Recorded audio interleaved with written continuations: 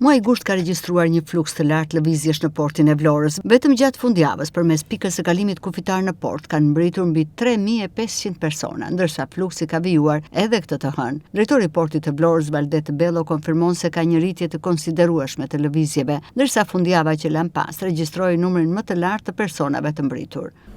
Po, mund të themi plotësisht në ditët me pikun më të lartë të pasagjerëve. Konkretisht këtë fundjavë 88 dhe 89 ka patur një rritje goxha të shtuar të numrit të pasagjerëve me 1729 pasagjerë ditën e shtunë dhe 1748 pasagjerë në ditën e diel. Diku tek mbi 400 mjetë është këto në ditën e shtunë dhe mbi 400 mjetë po dhe ditën e diel. Domethënë, po bëjmë një llogaritje, janë diku te 3500 pasagjerë në fundjavë, këtë fundjavë që ka kaluar, dhe gati 1000 mjetë. Domethënë, është pika më lartë që po shikojmë këto ditë, referuar numrit të pasagjerëve dhe të mjeteve. Shpresojmë që ky trend të jetë dhe këtë fundjavë, për shkak të pushuesve që duken që janë të shtuar. Po, në mbasdite, domethënë aktualisht punojnë dy tragete, njëri është në mëngjes dhe në orën 5 të mbasdites vjen dhe trageti tjetër, të cilët operojnë në mënyrë të sinkronizuar me njëri tjetrin. Në momentin që niset trageti i parë i mëngjesit, është në ardhje trageti tjetër i mbasdites. Po vërejmë një rritje të domethënë të turistëve italian të këto ditët e fundit. Në fillim duke një trend me turistë huaj, po themi gjerman, anglez, cilët preferonin që të udhtonin nëpërmjet linjës Brinci-Vlorë. Tani shikojmë një rritje të pasagjerëve italian që mendoj për shkak edhe të pushimeve që ata marrin në periudhën e gushtit. Kjo është pak a shumë trendi. Ndërkohë shtetat shqiptar? Po, ka udhtojnë dhe shtetasit tanë që janë ata tradicionalet, se cilët vinë zakonisht që zgjedhin të udhëtojnë me mjetet e tyre për të mbritur në vend lindjen e tyre për të kaluar të ditë pushimet. Edhe këtë të hënë me tragetin e parë kanë mbritur edhe 750 persona, ndërsa një numër i përafërt pritet të mbridhe me tragetin e dytë gjatë pasdites. Kemi vërejtur një rritje të numrit, ditën e në mos gaboj ditën e diel ka patur një rritje, diku tek 800-900 pasagjerë, të cilët kanë lëvizur, domethënë nëpërmjet linjës tonë Brindisi. Po, siç e kemi theksuar tani me pozicionimin e ri dhe planin e sigurisë që është implementuar në portin e Vlorës, po punohet me kapacitet të plot dhe është shtuar numri i sporteleve në 6. 6 të cilët duhet theksuar se 4 nga këto sportele punojnë në 2 anët, duke çuar në 10 numrin e përpunimit të mjeteve që kalojnë në kufi, në pikën e kufirit. Dhe duket që është një ritëm më i shtuar, domethënë, dhe përpunimi është më i shpejt dhe koha, domethënë, e përpunimit është më e zvogëluar. Do të vijojnë deri në mbarimin e sezonit që besoj do të jetë fillimi i shtatorit, mezi shtatorit do të jetë, domethënë, ajo besoj po në momentin më i ulët, po. Porti i Vlorës po përballon një fluks të lartë lëvizjesh gjatë kësaj periudhe, ndërsa pritet që ky ritëm të vijojë edhe gjatë kësaj jave. Në këto ditë të nxehta vere me vatra të shtuara zjarre, strukturat e emergjencave civile në Gjirokastër janë në gatishmëri në mbështetje të banorëve. Përgjatë fundit të muajit korrik edhe ditëve të para të gushtit, është ndërhyrë përshuarjen e disa zjarreve masive në Pyje, Kullota, të cilat rrezikonin qendrat e banuara. Zjarre të tillë janë regjistruar në rrethinat e qytetit, zonat e Odries, Antigones e të tjerë. Ndërhyrja në kohë e shërbimit zjarfikës të mbështetur nga vullnetarë dhe banorë ka parandaluar rrezikun e zjarreve për jetën e banorëve dhe pasurinë materiale të tyre. Angazhuar të gjitha strukturat në varësi të Bashkisë Gjirokastër, po edhe strukturat të tjera që përfshihen në këtë plan operacional, sikurse janë forcat e armatosura, si dhe strukturat të tjera ndihmëse në rastin e fikjes së zjarreve. Gjatë kësaj periudhe kemi patur rreth 6 ose 7 raste të zjarrvënieve, kryesisht në zonat malore në Pyje dhe Kullota, dhe janë përballuar me sukses. Rasti i fundit ka qenë një zjarr i cili ka rënë natën e ditës shtunë duke u dhënë diela midis fshatrave Andon Poçi dhe Umkuq. Ishte një vatër e madhe zjarri me një front rreth 3-4 kilometra që rrezikonte të dyja këto fshatra në njësinë administrative të Odrijes. Edhe ky rast është e zahuruar.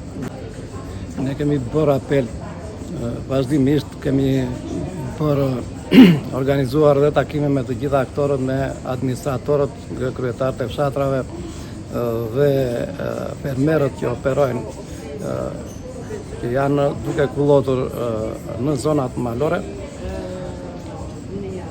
për t'i sensibilizuar ata për mbrojtjen e këtyre hapësirave, në mënyrë që sezoni të kaloj me sa më pak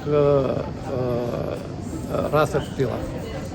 Përgjatë gjithë periudhës së verës, strukturat e emergjencave në Gjirokastër do të jenë në gatishmëri, ndërsa apelojnë për parandalimin e zjarreve në Pyje Kullota.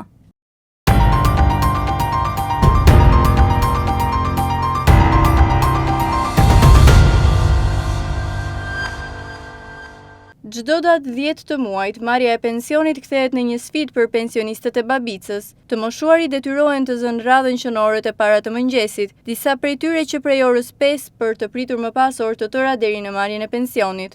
Ata thonë se pritja zgjat deri rreth orës 13, ndërsa radhët e gjata bëhen edhe më të vështira për shkak të kushteve të papërshtatshme të ambientit ku ofrohet shërbimi. Posta ku tërheqin pensionin funksionon vetëm në një sportel. Në ambient mungojnë edhe kushtet minimale për pritjen e të moshuarve, pasi nuk ka vende të mjaftueshme ku ata të mund të ulen gjatë orëve të gjata në radhë. Situata bëhet edhe më problematike për pensionistët që për shkak të moshës apo vështirësive në lëvizje e kanë të mundimshme të paraqiten fizikisht pranë sportelit. Në Babic nuk funksionon shpërndarja e pensioneve në banesa, duke i detyruar të moshuarit që çdo muaj të paraqiten vetë për të tërhequr pensionin.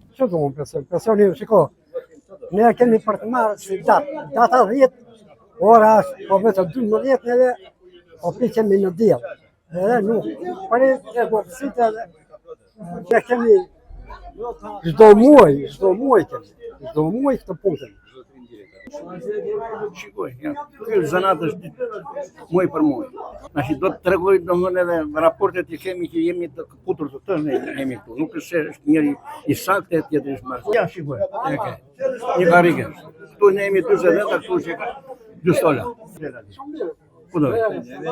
Që është atë gjysmë? Zumrallë, mendoj tash. Profesora 11.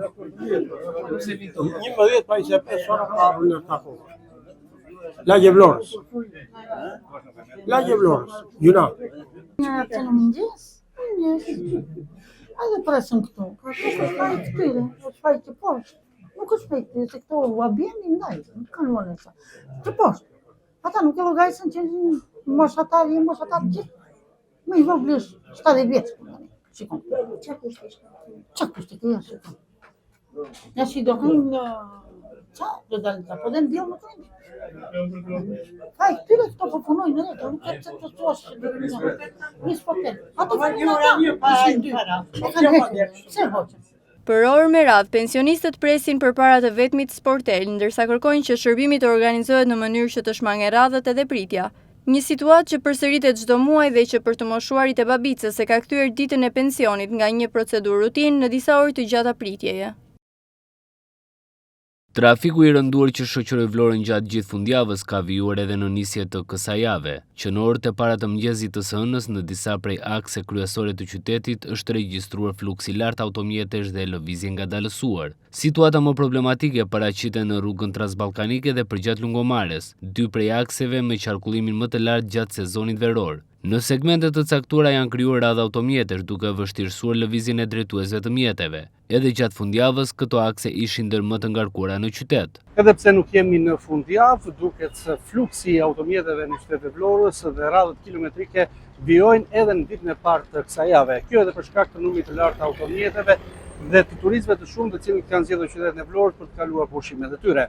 Rruga transballkanike dhe akset përgjatë vijës tregtare janë ato më problematike të cilët shënojnë edhe fluksin më të lartë të automjeteve, ndërkohë që sa i përket edhe policisë rrugore janë vendosur pika kontrolli në të gjitha këto të fundit për të shmangur çdo lloj problematike që mund të krijohet. E megjithatë duket se ky fluks i lartë i automjeteve do të na shoqërojë të paktën deri në 10 ditën e fundit të muajit gusht.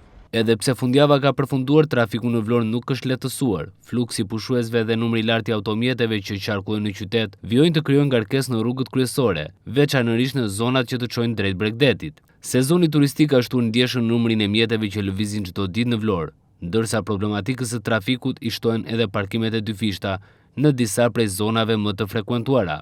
Ngarkesa pritet të mbetet e lartë për gjatë muajit gusht, periudhë që përkon edhe me kulmin e sezonit turistik, ndërsa drejtuesve të automjeteve u kërkohet respektimi i rregullave të qarkullimit për të shmangur bllokime dhe situatat e rrezikshme në rrugë.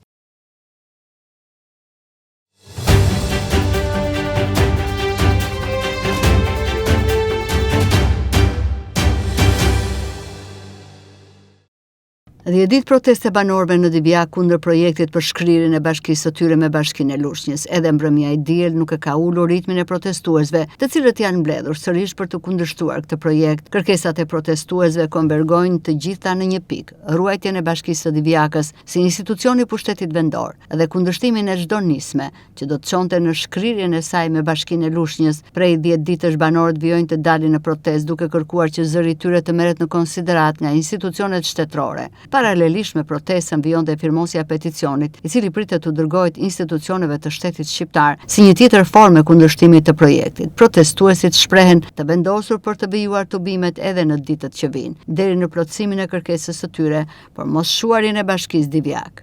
Nuk po kërkojmë lëmosh, nuk po kërkojmë as privilegje, po kërkojmë të mbajmë atë status që kemi pasur.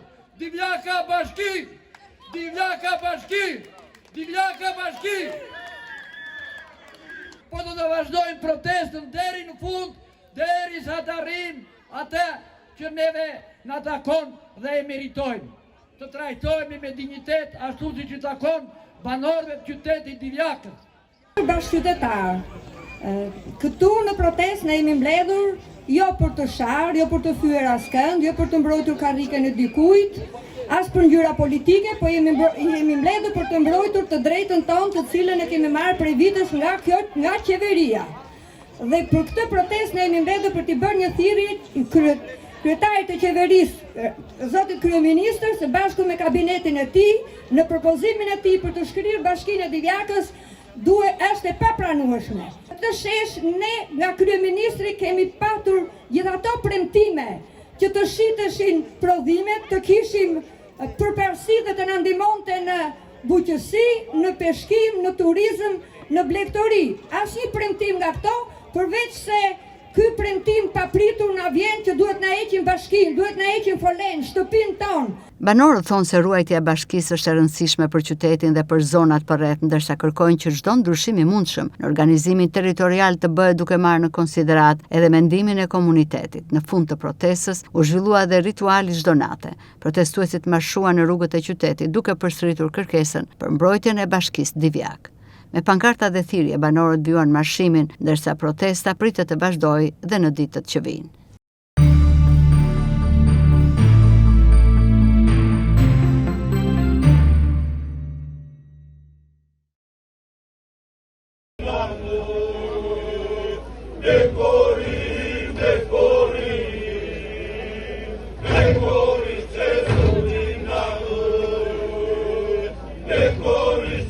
Për 3 net me radhë, fshati Kotu mbajt zgjuar nga këngët labe të performuara nga grupe të ndryshme të ISO Polifonisë në festivalin e organizuar nga Bashkia e Selenicës.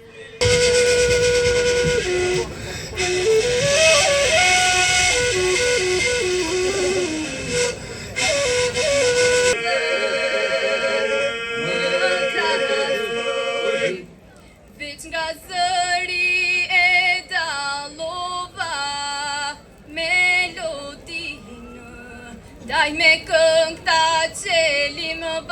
bashkë dashurinë. Flet për miqe, flet për vete, flet për hale, flet për derte, fjallën e ka me lezete. Bëna jo punë mbi dy supe trimi, ma let hapën u dhe shkon me celimi. Në natën e tretë 20 grupe performuan duke dhuruar emocione për publikun e shumë që ishte mbledhur në qendër të fshatit Kot. Me jurinë e përbërë nga Kristo Qipa, Golik Jaupi dhe Artur Damo u përcaktuan fituesit e çmimeve në festivalin folklorik. Çmimin e parë rëmbeu grupi Veshdanishtit, ndërsa pasuan me çmimin e dytë grupi Krojet e Velçës dhe në vend të tretë grupi Gumenicës. Çmimin e publikut e mori grupi fshatit Vajzë, ndërsa nuk munguan dhe çmimet për dy grupet e Vllahinës dhe të Gjormit, të përfaqësuara në sken nga të rinjt. Për të qenë edhe më të saktë, renditja ka qenë pak a shumë, por që diferenca e vogël bën atë që sot kemi 3 çmime. Atëherë, çmimi i tretë i jepet grupi i Gumenicës.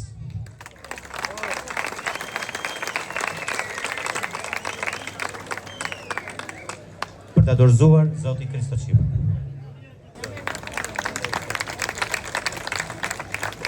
Çmimi i dytë i jepet grupi Krojet e Velçës.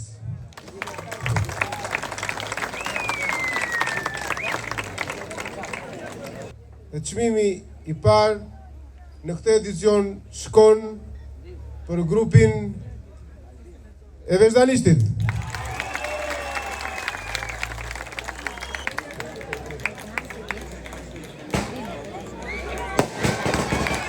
Një tjetër çmim special, pikërisht për të rinjt, shkon grupit të rinjve të Gjormit.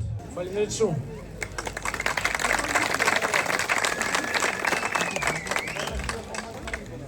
Për organizatorin Sejmen Gjokoli, kënga iso polifonike duhet të mbahet gjallë dhe të trashëgohet e të rinjt. Është hera e parë ta Gjokoli që marrin pjesë kaq shumë grupe nga territori i Bashkisë Selenicë dhe me një pjesëmarrje të gjerë të publikut.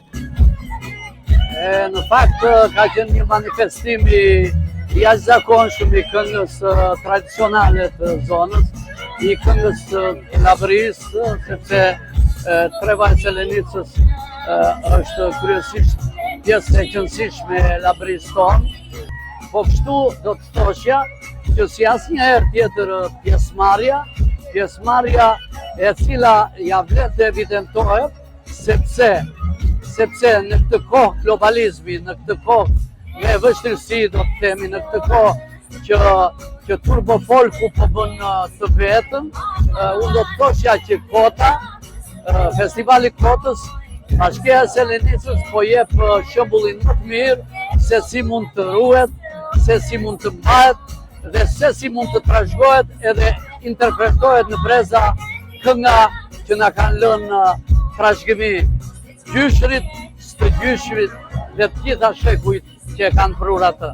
Për antarin e juris mjeshtrin Golik Jaupi, të gjitha grupet kanë dhuruar emocione duke performuar për 3 net me radhë në qendër të fshatit Kot.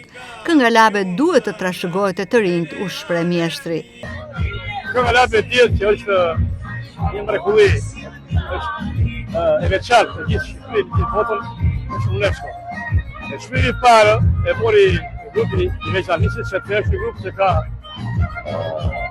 vitra që kontribuon shkate Shqipërisë, Kërkasë, kudo dhe jashtë Azeut, dhe janë grupe konsoliduar. Me të gjitha grupet që janë aktivizuar për 3 net, kanë qenë shumë. Dhe me bukurisht se kjo festival qetëri, unë simbolik, jam shumë i kënaqur që pak prezenteri. Dhe optimist jam, patamendjem në jurim e këtij festivali, dhe u them që të marrë shembull gjithë bashkitë e jugut nga kjo bashki. Po shalon këngë Labe për me të hije. Ju uroj gjithë suksese, aq shumë prezenteri. Faleminderit ju si televizion, faleminderit gazetarëve, faleminderit për ta që organizuan.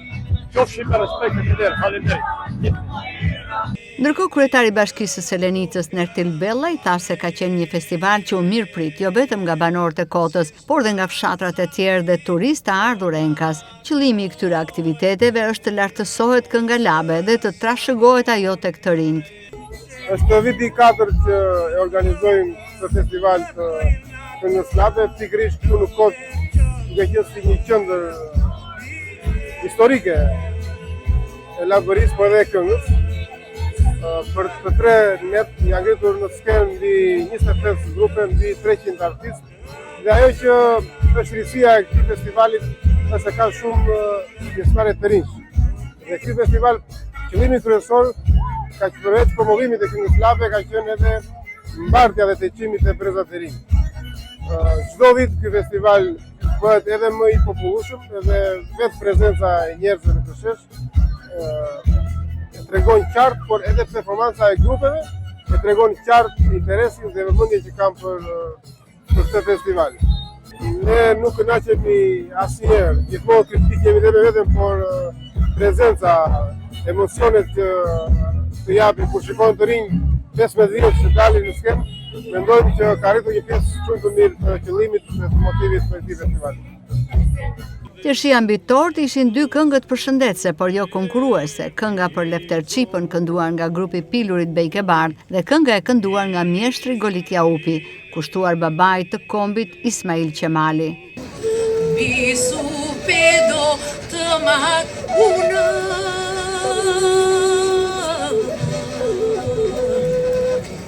si që më mbajti si për kreu.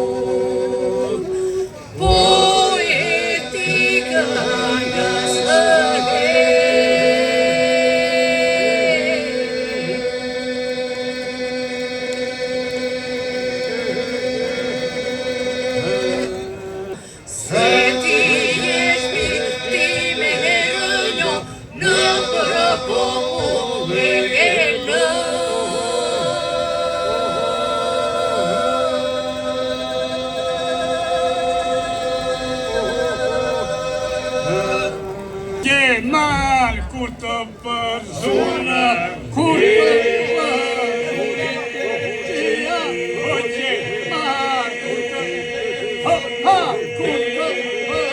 përzuna, edhe pak, edhe të zuna, edhe të morinja, edhe pak, edhe të morinja.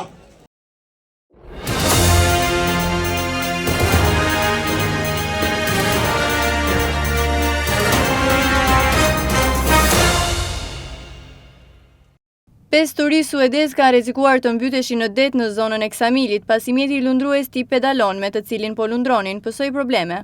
Ngjarja ka ndodhur gjatë patrullimit në hapësirën detare të Ksamilit, ku shërbimet e policisë kufitare dhe njësisë policore detare kanë konstatuar turistët duke kërkuar ndihmë. Sipas policisë, pedaloni ndodhej në vështirësitë e ekzistonte rreziku që mjeti të fundosej. Shërbimet në det kanë ndërhyrë duke tërhequr mjetin dhe duke shoqëruar drejt bregut. Të 5 turistët janë nxjerrë në breg pa dëmtime dhe sipas autoriteteve ndodhen në gjendje të mirë shëndetësore. Pas incidentit, turistët kanë falendëruar punonjësit që morën pjesë në ndërhyrje.